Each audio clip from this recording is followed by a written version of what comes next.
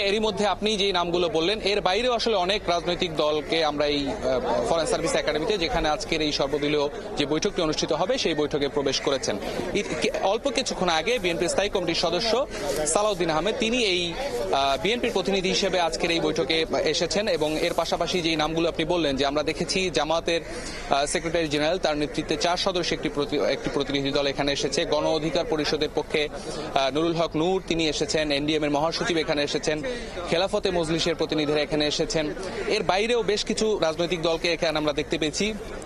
একই সাথে গণতন্ত্র মঞ্চের পক্ষ থেকে দেখতে পেয়েছি জোনায়েদ সাকি তিনি এই বৈঠকে অংশ নিতে এসেছেন।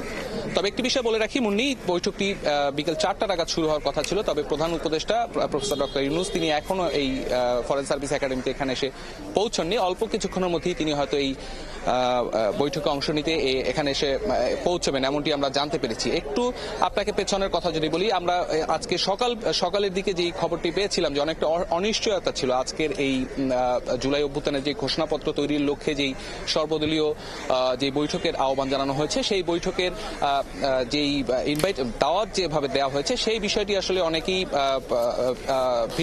বিভিন্নভাবে নিয়েছেন। তারা বলেছিলেন যে আসলে যেহেতু একটি স্পর্শকাতর বিষয় এবং এই বৈঠককে কেন্দ্র করে পরবর্তীতে যেই ঘোষণাপত্রটি তৈরি হবে সবার মতামতের ভিত্তিতে, সেই মতামত নিতে কিন্তু এত কম সময় আসলে এত স্পর্শকাতর একটি বিষয় সেটি কতটা যৌক্তিক হবে না বলে তারা মনে করছিলেন। তো এরই ধারাবাহিকতায় আমরা সকালের দিকে আমরা কিছুটা অনিশ্চয়তা দেখতে পেয়েছিলাম, যদিও সেই অনিশ্চয়তা ধীরে ধীরে কেটে যায় এবং আমরা দেখতে পেয়েছি যে দেশের অন্যতম বৃহৎ রাজনৈতিক দল বিএনপি তাদের প্রতিনিধি পাঠিয়েছে, জামাতের প্রতিনিধিরা এখানে এসেছেন, পাশাপাশি আরো অনেক দলের প্রতিনিধিরা এখানে এসেছেন, ছাত্রদের প্রতিনিধিরা এখানে থাকবেন এবং প্রধান উপদেষ্টা ছাড়াও বেশ কয়েকজন উপদেষ্টা এই বৈঠকে অংশ নিবেন বলে আমরা জানতে পেরেছি। আজকে মূলত সরকারের পক্ষ থেকে যেটি জানানো হয়েছিল যে সবার সাথে আলোচনা। আপনি জানেন গেল ডিসেম্বরে 31 ডিসেম্বর কিন্তু ছাত্রদের পক্ষ থেকে যেই জুলাই অভ্যুত্থানের ঘোষণাপত্র পাঠ করার কথা ছিল, পরবর্তীতে আমরা দেখেছি যে সরকার 30 ডিসেম্বরে কিন্তু তাদের পক্ষ থেকে জানিয়েছে যে সবার সাথে আলাপ আলোচনার ভিত্তিতে এই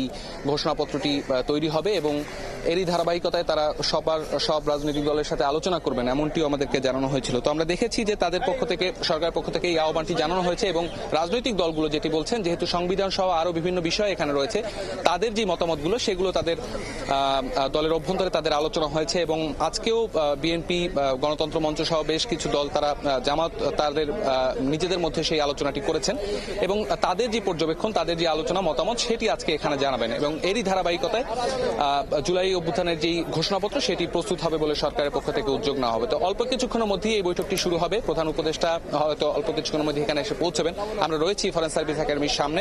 পরবর্তীতে এখান থেকে নতুন কোনো আপডেট থাকলে আপনাকে জানানোর চেষ্টা করব। আপডেট তো আমরা জানবই, বৈঠকে কি সিদ্ধান্ত আসে সেই বিষয়টি জানতে নিশ্চয়ই আপনার কাছে আমরা ফিরবো, সঙ্গেই থাকবেন দর্শক। জুলাই ঘোষণাপত্র নিয়ে প্রধান উপদেষ্টার সাথে সর্বদলীয় বৈঠকে অংশ নিতে ফরেন সার্ভিস একাডেমিতে আসতে শুরু করেছেন রাজনৈতিক দলগুলোর প্রতিনিধিরা। সেখানে রয়েছেন সহকর্মী শফিকুল হক, তিনি জানাচ্ছিলেন সবশেষ খবরাখবর।